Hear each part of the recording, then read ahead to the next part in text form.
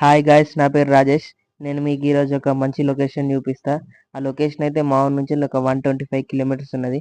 నేనైతే నా బైక్ పైన స్టార్ట్ అయిపోయినా.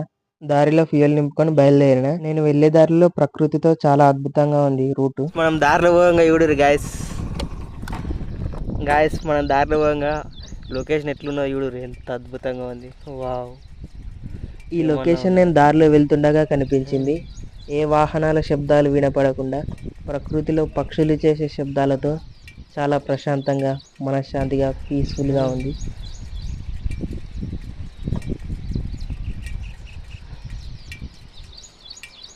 అలా కొన్ని సిటీస్ ఎంటర్ అవుతూ దాటుతూ ఉన్నా అంతలో ఈ కొండ కనిపించింది. ఇలాంటి కొండనైతే నేను ఎప్పుడు చూడలే. ఈ కొండ ఎట్లున్నదంటే జస్ట్ రాళ్ళతోటి ఉన్నది. దీనిలో చెట్లు లేవు, మట్టి అనేది లేదు. చెట్లు మట్టి అనేది లేదు, జస్ట్ రాళ్ళే ఉన్నాయి. రాళ్ళు అవి కూడా ఎట్లా అంటే పేరిచ్చినట్టు ఉన్నాయి, ఒకదాని మీద ఒకటి పెట్టినట్టు ఉన్నాయి. ఈ కొండ మొత్తం అట్లే ఉన్నది. గాయస్, నేను మెయిన్ సిటీస్ అన్ని దాటేసి ఒక గ్రామంలోకి వచ్చిన. ఇక్కడి నుంచి ఒక 30 కిలోమీటర్స్ ఉన్నది. ఇక్కడ మనం చిన్న చిన్న గ్రామాలన్నీ దాటుకుంటూ వెళ్ళాలి. ఇక్కడ నుంచి జర్నీ టైం ఒక 1 అవర్ చూపిస్తుంది. సాహసం శ్వాసగా సాగిపోతూ ఉన్నది. ఇక్కడ చూస్తుంటే అటుపక్కన ఇటుపక్కన పొలాలతో పచ్చని ప్రకృతి మనకి రమ్మని ఆహ్వానిస్తున్నట్టుగా కనిపిస్తుంది. అంత అద్భుతంగా ఉంది ఈ దారి అయితే. బురదలో నుంచి దొల్లుకుంటూ వచ్చేసిన. ఇది మన ఎగ్జాక్ట్ లొకేషన్. వావ్, వస్తున్నది. కనుచూపు మేరంతా పచ్చని గడ్డితో ఆకాశమే భూమిని తాకుతున్నట్టుగా కనిపిస్తుంది ఈ ప్రదేశం. ఇక్కడ లొకేషన్ అయితే ఇంత అద్భుతంగా ఉంది. నేనైతే అసలు ఎక్స్పెక్ట్ చేయలే ఈ లొకేషన్ ఇంత బాగుంటుందని. చూడ్డానికి అసలు 2 కళ్ళు సరిపోవట్లేదు, అంత బాగుంది. చుట్టూ ఎటు చూసినా చుట్టూ మొత్తం పచ్చని గడ్డి. అమ్మా, నేను ఇటు పండుకుంటా ఇక. అమ్మా,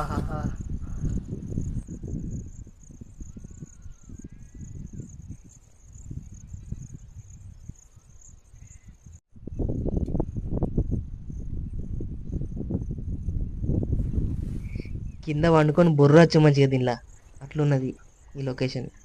ప్రజెంట్ మనం ఉన్నది గోదావరి నదిలో. ఇక్కడ మనం నిల్చున్న చోటంతా నీళ్ళతో నిండిపోయి ఉంటుంది. ఇప్పుడు నీళ్లు లేవు కాబట్టి ప్రస్తుతానికి మనం ఇందులో తిరుగుతున్నాం. నీళ్లుంటే మాత్రం ఇంకా అద్భుతంగా ఉంటుంది ఈ లొకేషన్. నేను ఇక్కడికి ఈవినింగ్ టైంలో వచ్చిన. ఒకవేళ మనం మార్నింగ్ టైంలో వచ్చి ఉంటే ఇట్లా మనకు జింకలు కనిపిస్తాయంట. ఇట్లా గుంపులు గుంపులుగా కనిపిస్తాయంట. ఒక మేకల మంద ఎట్లుండదో అట్లా కనిపిస్తాయంట. అలా ఈ గోదావరి నదిలో కొంత దూరం ట్రావెల్ చేసిన తర్వాత నాకు ఒక మేకల మంద కనబడింది. అండ్ దాన్ని దాటేసుకొని వెళ్ళిన తర్వాత ఒక బర్రెల మంద కనబడింది. ఇక్కడ ఈ 2 బర్రెలను చూడండి, మంచిగా బురదల విశ్రాంతి తీసుకుంటున్నాయి. ఈ బర్రెల మందలో కొంగలు కూడా ఉన్నాయి. ఇక్కడ మీరు చూడొచ్చు, చూడండి ఎన్ని ఉన్నాయి కొంగలు. అట్లనే ఇంకాస్త ముందటికెళ్తే ఈ నదిలోనే ఒక చెరువులు ఎక్కువ ఉన్నది అన్నట్టు. ఇక్కడ కొద్దిగా డౌన్ ఎక్కువ ఉన్నది అన్నట్టు, అందుకే నీళ్ళు ఉన్నాయి. ఒకసారి ఇది వినండి, పక్షులు చేసే శబ్దాలు ఎంత బాగున్నాయో.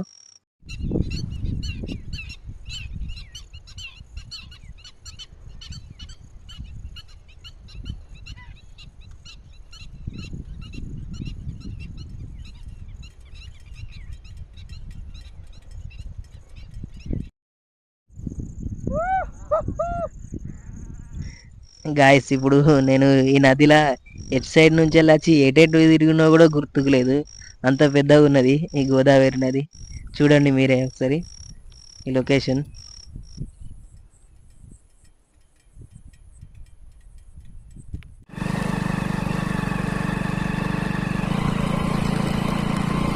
నేను నా బండిని అయితే అంతకన్నా ముందరికి తీసుకురాలేను, ఎందుకంటే ఇక్కడ మొత్తం రాగిడి మన్ను ఉన్నది.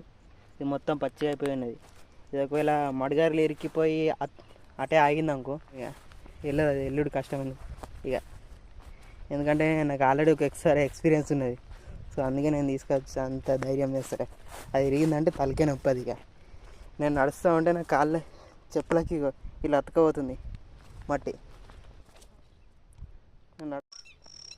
ఈ నది మొత్తం ముత్యం చిప్పలతోటి నిండిపోయి ఉన్నది.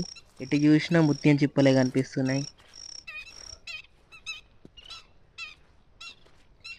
ఇదే గాయ్స్ ఇవాల్టి వీడియో. సబ్స్క్రైబ్ చేసుకుని వారు ఎవరైనా ఉంటే సబ్స్క్రైబ్ చేసుకోండి. సబ్స్క్రైబ్ చేసుకున్న వారందరికీ లవ్ యూ సో మచ్. మరో వీడియోతో మళ్ళీ కలుసుకుందాం. అంతవరకు బాయ్ బాయ్.